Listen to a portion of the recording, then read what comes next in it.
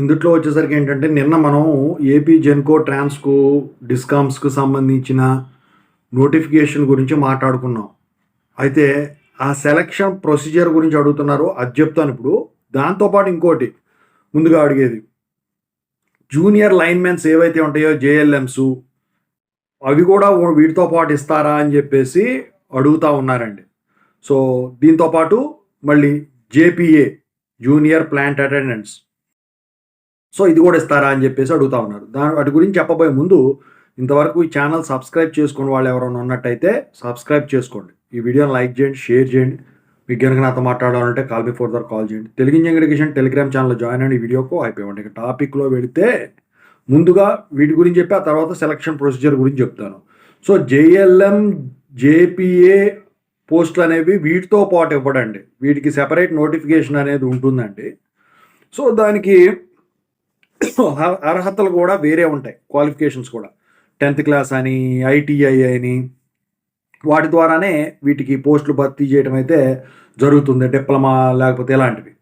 ఓకేనా? సో ఇవి కూడా నోటిఫికేషన్స్ రిలీజ్ చేస్తారు, కాకపోతే వీటితో పాటు రిలీజ్ చేయరు. సెపరేట్గా నోటిఫికేషన్ అనేది వాటికి వస్తుంది. సో మరి వాటికి ఎప్పుడు వస్తుంది, వీటితో పాటే ఇస్తారా అంటే మాత్రం ముందు ఈ పోస్టులు ఏవైతే ఉన్నాయో, నిన్న మనం మాట్లాడుకున్న జెన్కో, ట్రాన్స్కో, డిస్కామ్లు, ఇవి భర్తీ అయిన తర్వాతే వాటి జోలికి వెళ్ళేదానికి ఛాన్సెస్ అయితే ఉంటాయన్నమాట. ఓకేనా? సో జనరల్గా ఆ పోస్టులు వచ్చేసరికి ఎప్పుడు కూడా నవంబర్, డిసెంబర్ ఆ టైంలో వాళ్ళు రిక్రూట్ చేసుకోవడం అయితే జరుగుతుంది. మరి వాటికి రికమెండేషన్స్ ఉంటాయా అంటే మాత్రం అందుట్లో జెన్కోలో చేసేవాళ్ళైనా, అందుట్లో ఎంప్లాయ్ అయినా, బయట వాళ్ళైనా సరే ఖచ్చితంగా అయితే సెలక్షన్ ప్రొసీజర్ అనేది దాటాల్సి ఉంటుంది. ఇక ఏపీ జెన్కో, ట్రాన్స్కో, ఈ డిస్కాములకు వచ్చేసరికి సెలక్షన్ ప్రొసీజర్ వచ్చేసరికి ఎలా ఉంటుందని చెప్పేసి అడుగుతూ ఉన్నారన్నమాట అభ్యర్థులు ఎవరైతే ఉన్నారో. సో ముందుగా ఏంటంటే ఈ సెలక్షన్ ప్రొసీజర్లో మీకు తెలుసు రిటర్న్ టెస్ట్ అనేది ఉంటుంది. రిటర్న్ టెస్ట్ ఎలా ఉంటుందని చెప్పేసి వీడియో పెట్టాను నేను ఆల్రెడీ.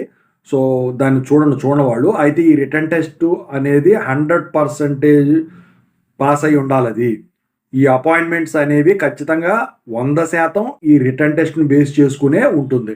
రిటర్న్ టెస్ట్లో కనుక మీరు సెలెక్ట్ అయితే, అంటే వాళ్ళు పెట్టిన కట్ ఆఫ్ ఇప్పుడు 100 మార్కులకి ఉంటుంది కదా, 70 మార్కులకు వచ్చేసరికి ఈ టెక్నికల్ టెస్టు, మిగతా 30 మార్కులు వచ్చేసరికి యాప్టిట్యూడ్, రీజనింగ్. అయితే ఆ 100 మార్కులకి కట్ ఆఫ్ని బట్టి, ఉన్న పోస్టులను బట్టి వాళ్ళు కట్ ఆఫ్ని పెడతారు. ఆ కట్ ఆఫ్ వచ్చిన వాళ్ళని సెలక్షన్కి ఎలా పిలుస్తారు, 1:1 రేషియోకి ఒరిజినల్ సర్టిఫికేట్ వెరిఫికేషన్ కోసం వాళ్ళు పిలవటం అయితే జరుగుతుంది. పిలిచిన తర్వాత మీరు ఎక్కడ జాయిన్ అవుతారు అని చెప్పేసి అడుగుతారు. పలానా చోట అని చెప్పారనుకోండి, అక్కడ పోస్టులు కనుక ఖాళీ ఉంటే అక్కడ ఇవ్వటం అయితే జరుగుతుందన్నమాట. అంతేగాని 3 ఆప్షన్లు, 4 ఆప్షన్లు ఇలాంటివి ఇవ్వటం డిఎస్సిలో లాగా ఇందుట్లో ఉండవు. ఓకేనా? ఇక ట్రాన్స్కో అనుకోండి, ఇక మీకు తెలుసు కదా, సబ్స్టేషన్లు ఎక్కడెక్కడ ఖాళీ ఉన్నాయో అక్కడ వేసేస్తారు. జెన్కో అయితే ఇది. మరి డిస్కామ్ కూడా సేమ్ యాజ్ ట్రాన్స్కో. ఓకేనా? సో జెన్కోకి మాత్రం కొంచెం సెపరేట్గా ఉంటుంది. ఇక ఆ తర్వాత మీరు ఈ రిటర్న్ టెస్ట్లో క్వాలిఫై కావాలంటే, అంటే ఇప్పుడు సెలక్షన్ ప్రొసీజర్లో రిక్వైర్మెంట్స్ ఇవి. మరి మీరు మినిమం క్వాలిఫై మార్క్స్ అనేవి మీరు రిటర్న్ టెస్ట్లో తెలుసుకోవాల్సి ఉంటుంది. అది కేటగిరీని బట్టి మారుతూ ఉంటుంది. సో ఓసీ వాళ్ళు అనుకోండి, ఓపెన్ కేటగిరీ వాళ్ళకి అనుకోండి 40%, బీసీ అభ్యర్థులు అనుకోండి 35%, ఎస్సీ ఎస్టీలు అనుకోండి 30%, ఫిజికల్లీ హ్యాండిక్యాప్డ్ అనుకోండి 30%, లేకపోతే ఏదన్నా రూల్ కనుక మార్చినట్టయితే ఆ రూల్ ప్రకారం వీళ్ళు మిమ్మల్ని సెలెక్ట్ చేయడం జరుగుతుంది. ఇప్పుడు కొత్తగా ఈడబ్ల్యూఎస్ అంటే ఎకనామికలీ వీక్ సెక్షన్ వచ్చింది. దానికి అందుట్లో వాళ్ళు కొత్తగా ఏదిస్తే దాని ప్రకారం మీరు క్వాలిఫై కావాల్సి ఉంటుందన్నమాట.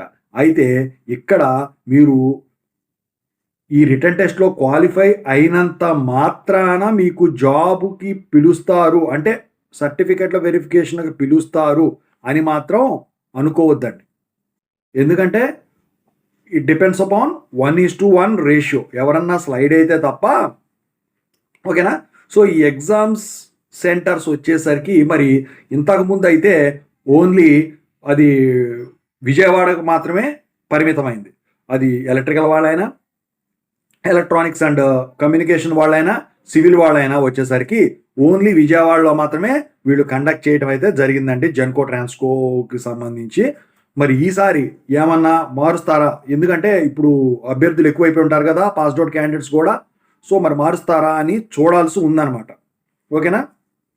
సో ఇక ఈ సెలక్షన్ ప్రొసీజర్కి సంబంధించింది ఇది. అయితే మీకు హాల్ టికెట్స్ అనేవి మాత్రం 7 రోజులు ముందే మీకు వెబ్సైట్లో పెడతారు. జెన్కోది అనుకోండి జెన్కో దాంట్లో పెడతారు, ట్రాన్స్కోది అనుకోండి ట్రాన్స్కో దానికి పెడతారు, డిస్కామ్ది అయితే డిస్కామ్ దాంట్లో పెట్టడం అయితే జరుగుతుందన్నమాట. మీరు అందుట్లో డౌన్లోడ్ చేసుకొని తీసుకెళ్లాల్సి ఉంటుంది.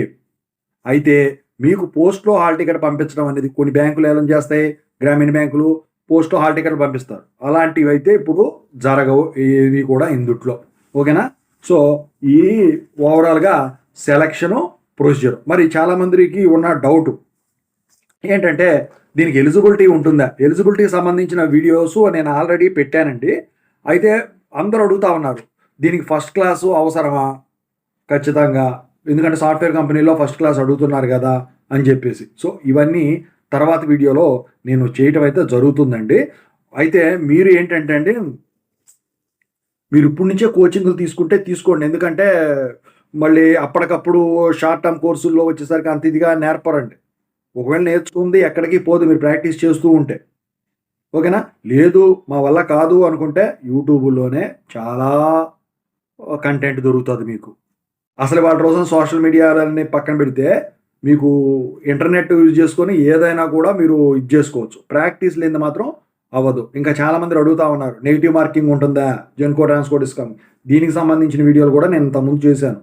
ఓకేనా? సో వీడియోస్ అన్నీ ఈ ఐ కార్డ్లో కానీ ఈ ఎండ్ కార్డ్లో కానీ దొరుకుతాయి, చూసుకోండి. ఇక ఏజ్ లిమిట్ మాత్రం మరి ఈసారి ఏం చేస్తారని మాత్రం చూడాల్సి ఉంది. గతంలో ఎంత ఇచ్చారో కూడా నేను వీడియోలు చేశాను, అవి చూడండి. మరి ముందు అంటే తెలంగాణలో 46 వరకు అందరికి కూడా 46 ఇయర్స్ ఆఫ్ ఏజ్ వరకు కూడా వాళ్ళకు ఎలిజిబిలిటీ ఇవ్వడం అయితే జరిగింది. మరి ఆంధ్రాలో మరి ఆ పరిస్థితి వస్తుందా ఈ జెన్కో ట్రాన్స్కో డిస్కాములకి? అది చూడాల్సి ఉందండి. ఎందుకంటే తెలంగాణలో ఇచ్చినంత మాత్రాన ఏపీలో ఇవ్వాలని రూల్ ఏం లేదు. ఓకేనా? సో అదొక్కటి మోడిఫికేషన్ ఉండేదానికి ఛాన్స్ ఉంటుంది. ఇంకా ఈడబ్ల్యూఎస్ కేటగిరీ వాళ్ళ స్కోరింగ్ ఎంత అని మోడిఫికేషన్ ఉండేదానికి ఛాన్స్ ఉంటుంది. కట్ ఆఫ్ మార్కులు ఒకటి, అది మాత్రం రిటర్న్ టెస్ట్ అయిపోయిన తర్వాత స్కోర్లు రిలీజ్ అయిన తర్వాత అప్పుడు ఛాన్స్ ఉంటుంది. స్కోర్ కార్డులు వస్తాయా అంటే మాత్రం స్కోర్ కార్డ్ అనేది ఆటోమేటిక్గా స్కోర్ కనిపిస్తుంది, కానీ స్కోర్ కార్డ్ అనేది వాళ్ళు తర్వాత ప్రింట్అవుట్ తీసుకునే విధంగా వెబ్సైట్లో చేస్తారు. ఈ మధ్యకాలంలో స్కోర్ కార్డులు అనేది ఎవరు ఇవ్వట్లేదు, మరి ఎందుకో ఏంటో నాకు తెలియదు. కానీ మిగతా పోస్టులు వాటికి కూడా ఎవరో కూడా ఇవ్వట్లేదు. ఓవరాల్గా అయితే సెలక్షన్ ప్రొసీజర్ ఇది. ఓకేనా? Thank you so much.